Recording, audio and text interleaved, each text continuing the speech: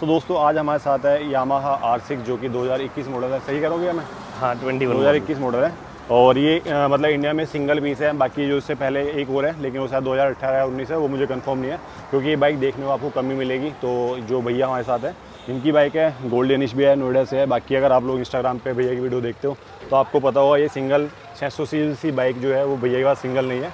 इसमें जितनी मतलब इंडिया में जितनी मैंने देखी है ना, जितनी मुझे नॉलेज है कि 600 सीसी की जितनी भी बाइकें हैं वो सभी भैया के पास अवेलेबल है। तो भैया एक बार बता दो कौन कौन सी बाइक आपके पास अवेलेबल है, इसके बारे में फिर बाद में बात करें। पहले बता दो कि लिस्ट बता दो। सबसे पहले तो ये यामा की R6 है 21 मॉडल। हाँ जी। उसके बाद अभी 24 की ZX6R है और 2017 की CBR 600 है और बाकी एक CBR 1000 RRR है और एक ZX4R है। तो भैया ने मतलब ऑलमोस्ट जितनी बाइकें इंडिया में आप लोग जिसका आपने नाम सुना होगा या आप लोगों ने नहीं भी सुना हो तो ऑलमोस्ट सारी बाइकें भैया ने चला चुकी है और यूज़ भी कर चुके हैं। तो भैया को काफ़ी एक्सपीरियंस भी है। तो भैया R6 लेने का सबसे पहला पर्पज़ आपका क्या था, मतलब क्या सोच के आपने R6 ली कि हमें R6 लेनी चाहिए? नहीं ऐसा नहीं है। मैंने बाइकिंग स्टार्ट की थी 2011 में। उस टाइम मेरी फर्स्ट बाइक जो मैंने CBR 600 ली थी कॉलेज टाइम में। बट उसके बाद क्या एक मेरे कॉलेज के वहाँ पे कोई R6 लेके आया था, तो मुझे इससे पहले वाले जो मॉडल थी उसकी शेप बहुत पसंद थी। हाँ, उसके आगे की लाइट अलग आती थी। वो 2007 मॉडल था शायद। हाँ जी। तो उस टाइम से फिर मुझे वो बाइक इतनी पसंद थी, मैंने जैसे बैठ के देखा, सीटिंग भी अच्छी लगी। बाद में फिर मैंने उसके बारे में पढ़ा सब कुछ, तो पावर वगैरह के लिए भी बेस्ट थी। फिर उसके बाद मैंने 2013 में R6 परचेज़ की थी। हाँ जी। तो वो बाइक मुझे इतनी पसंद आई, 13 में ली थी, तो मैंने विद इन 6 मंथ सेम एक और R6 ली 2008 की। यानी आपने इससे पहले भी 2 R6 आप परचेज कर चुके हो? इससे पहले मेरे पास 4 R6 थी। 4 R6 थी आपके पास हाँ। पहले? चलो भाई बहुत मतलब अच्छी एक बात बार में 2 थी, फिर उससे अलग मेरे पास सिंगल मतलब हम लोग यहाँ एक R6 से सोचो, आप ऑलरेडी 4 पहले परचेज कर चुके हो। चलो ठीक है। एंड इसके सामने मतलब ऐसे मजाक वाला एक क्वेश्चन आ रहा है मेरे मन में कि मतलब ये जो शेप है मुझे तो पर्सनली अच्छी लगती है। जिसको नॉलेज है उसको पता है R6 है, उसकी कीमत क्या है, इसकी वैल्यू क्या है उसकी नज़रों में। लेकिन जिसको नहीं पता वो इसको R15 समझता है। क्या आपको लगता है नहीं? मतलब R15 समझते हैं, बल्कि लोग तो बहुत ये भी पूछते हैं कि भैया आपने एग्जॉस्ट कहाँ से लगवाया, भैया टायर कहाँ से लगवाया। तो लोगों को इतना नहीं है कि कोई R3 भी बोल देता है, कोई R1 भी बोल देते हैं। वैसे लोग मेनली क्या उनको थोड़ी बल्कि लगती है तो वो R1 बोल देते हैं कि R1 है। क्योंकि ये क्या है, लोगों को इतनी बाइकें अपनी कॉमन दिखती तो है नहीं रोडों पे, कोई भी स्पोर्ट्स बाइक हो तो उनको थोड़ी सी हैवी लगती है। तो यामा सुनते ही लोगों के मन में सबसे पहले R1 समझ आती है। अब होंडा में CBR समझ आती है या हायाबुसा, तो वो ज़्यादातर R1 ही समझते हैं उसे। तो अब बात करते हैं, जैसे आपने अभी 2021 में आपने परचेज करी थी बाइक, ये मैंने अभी लास्ट ईयर परचेज करी है। हाँ, और 0 किलोमीटर पे मैं लाया था बाइक।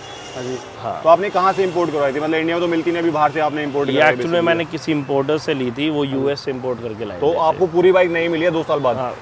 सोचो भाई, मतलब यहाँ पे नहीं, एक्चुअल में क्या है, US में बहुत सारी डीलरशिप ऐसी हैं, उनके पास आपको 2-4 साल पुरानी कोई भी बाइक ब्रांड न्यू मिल जाती है। हाँ। मतलब इंडिया में भी ऑप्शन नहीं है, लेकिन वहाँ पे है कि मतलब वहाँ से मिल जाती है। फिर आपका उसके बाद क्या, आपने यहाँ पे कोई भी कस्टम ड्यूटी वगैरह पे करना इतना वो नहीं है कि इस बजट में आपने यहाँ पे 1000 अवेलेबल हो जाती है। सही बात है। बट वो मैंने पता किया तो मुझे R6 ही चाहिए थी न्यू शेप की, तो मुझे पसंद थी। तो इसलिए फिर मैंने बड़े 6-7 महीने मुझे लगे पूरा प्रोसेस करने में। ऑलमोस्ट सब कुछ करा, पेमेंट वगैरह अरेंज करके सब कुछ, तो ऑलमोस्ट 1 साल के आसपास मुझे लगा। 1 साल लगे इस बाइक को लेने के लिए?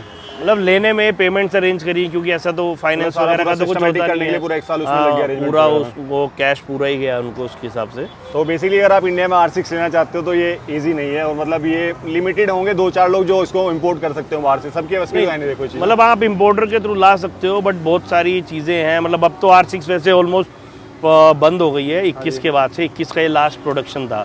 अब जो आपको R6 अगर आप लेते हो तो आपको सिर्फ रेस के लिए मिलती है।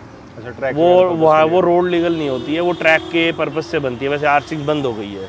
अच्छा, एक चीज़ और मैं पूछ सकता हूँ, अगर आप बता दो कि आपको इंपोर्ट करने का टोटल खर्चा अप्रोक्स कितना पड़ा था 1 साल पहले? अगर आप बताना चाहो तो ठीक है, वरना कोई अभी टोटल 25 प्लस है। 25 प्लस पड़ गई? हाँ। मतलब सही है, कह रहा भैया, सही कह रहा है कि इस प्राइस में आपको 10R ले लो, चाहे आप S1000 RR ले लो, प्रो मॉडल ले लो भाई, वो भी आपको इंडिया के अंदर मिल जाएगा। लेकिन R6 भाई, जिसको पता है, देखो कीमत तो उसको पता है भाई, उसकी पता है मेन क्या है। ये जो मशीन है ना भाई, इसके लिए प्राइस मायने नहीं रखते।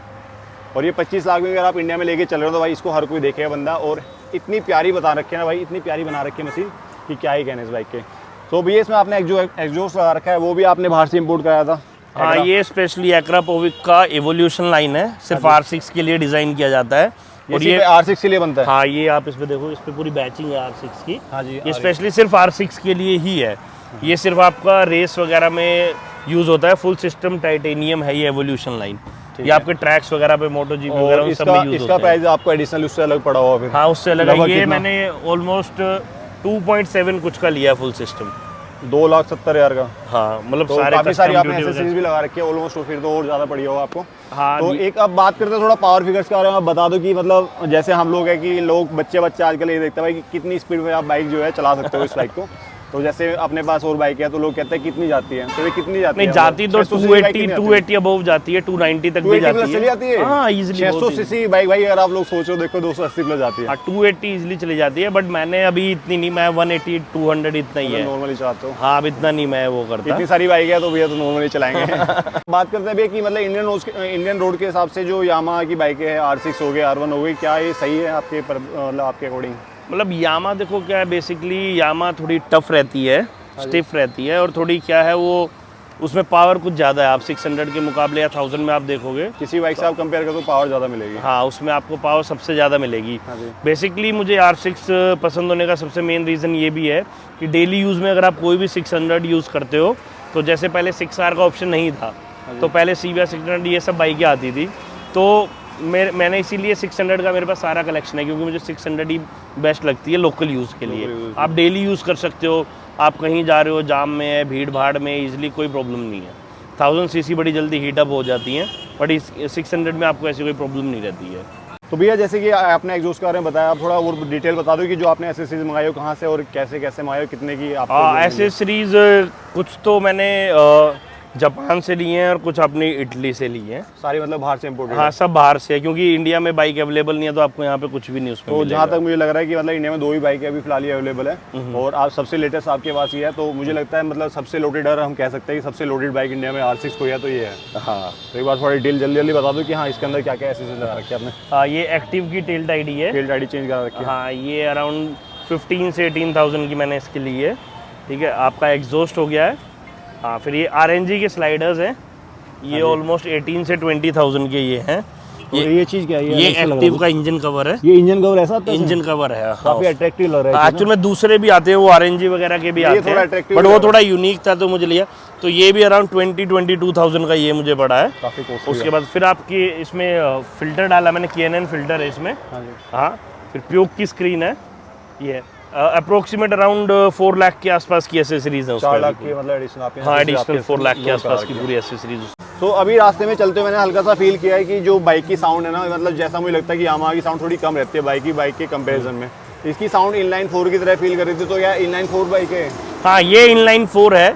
यही सबसे मेन डाउट होता है लोगों को। हाँ जी। जो R1 है वो क्रॉस प्लेन है, ये इनलाइन 4 है।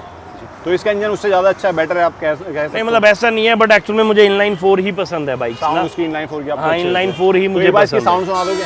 हाँ,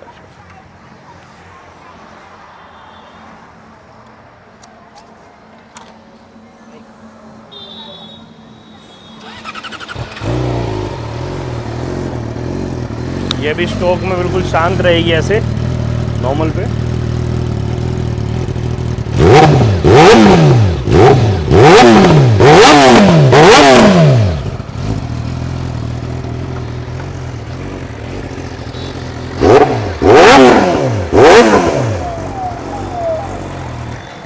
कुछ ज़्यादा ही लाउड है।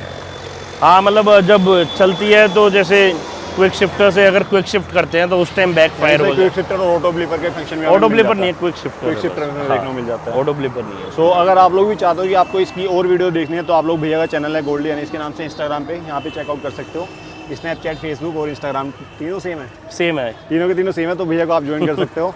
और वीडियो अच्छी लगे तो लाइक कर देना, साथ में कमेंट कर देना, और वीडियो को शेयर कर देना अपने दोस्तों के साथ, तो चैनल को सब्सक्राइब कर देना। थैंक यू सो मच भैया। Thank you.